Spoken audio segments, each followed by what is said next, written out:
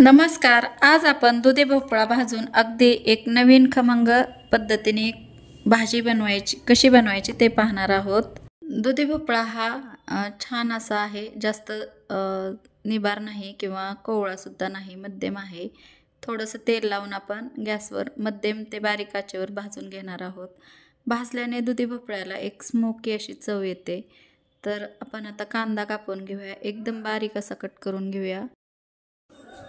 ही भाजी चवीला जितकी अप्रतिम लागते तितकीच पचनासाठी सुद्धा हलकी आणि पौष्टिक आहे. नेहमीच्या कंटाळवाण्या दुधीच्या भाजीपेक्षा एक उत्तम असा हा पर्याय आहे. नक्की करून बघा आणि तुमच्या प्रतिक्रिया कमेंट्समध्ये नक्की सांगा. आता आपण कांदा कट करून घेऊया बारीक. कांदा बारीकच कट करून घ्यायचा किंवा मिक्सरला थोडासा चालबंद करत फिरवला तरीही चालेल. तर दुधी भोपळा एकीकडे आपला भाजत आहे. छान बारीक ते मध्यम आचेवर भाजून घेतला आहे.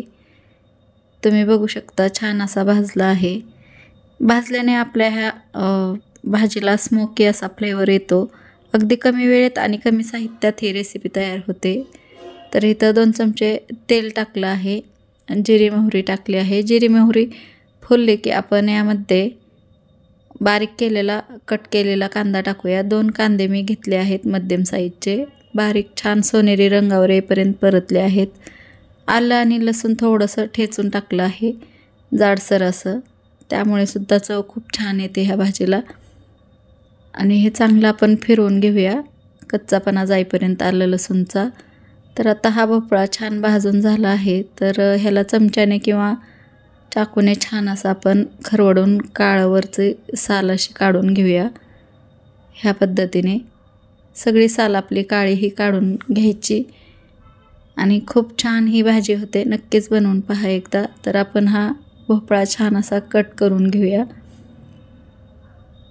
अशा पद्धतीने कट करून आपल्याला चॉपरमध्ये किंवा मिक्सरच्या लहान भांड्यात चालू बंद करत हा फिरवून घ्यायचा आहे थोडं थोडं करून.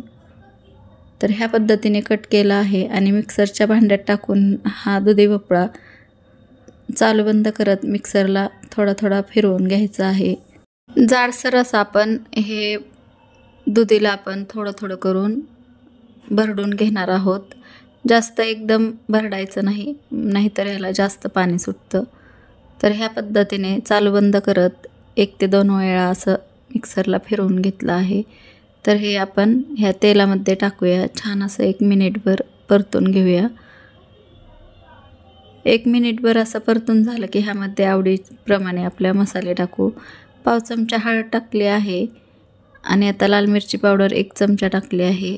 गरम मसाला थोडासा टाकायचा. धना पावडर 1 चमचा टाकली. गरम मसाला पाव चमचा टाकला आणि हे चांगलं आपण आता मिक्स करून घेऊया. खूप सोप्या पद्धतीने ही भाजी आहे, पण खूपच छान लागते. कमी साहित्यात होते, घरच्या असलेल्या साहित्यामध्येच होते. मीठ चवीनुसार टाकू आणि अजून एकदा फिरवून घेऊया.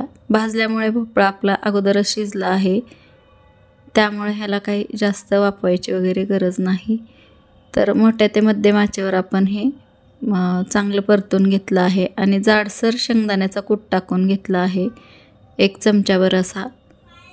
खूप छान फ्लेवर येतो ह्याचा. शेंगदाण्यामुळे क्रंचीपणा येतो. तर नक्कीच ही भाजी बनवून पहा. रेसिपी आवडली तर लाईक शेअर करा. धन्यवाद.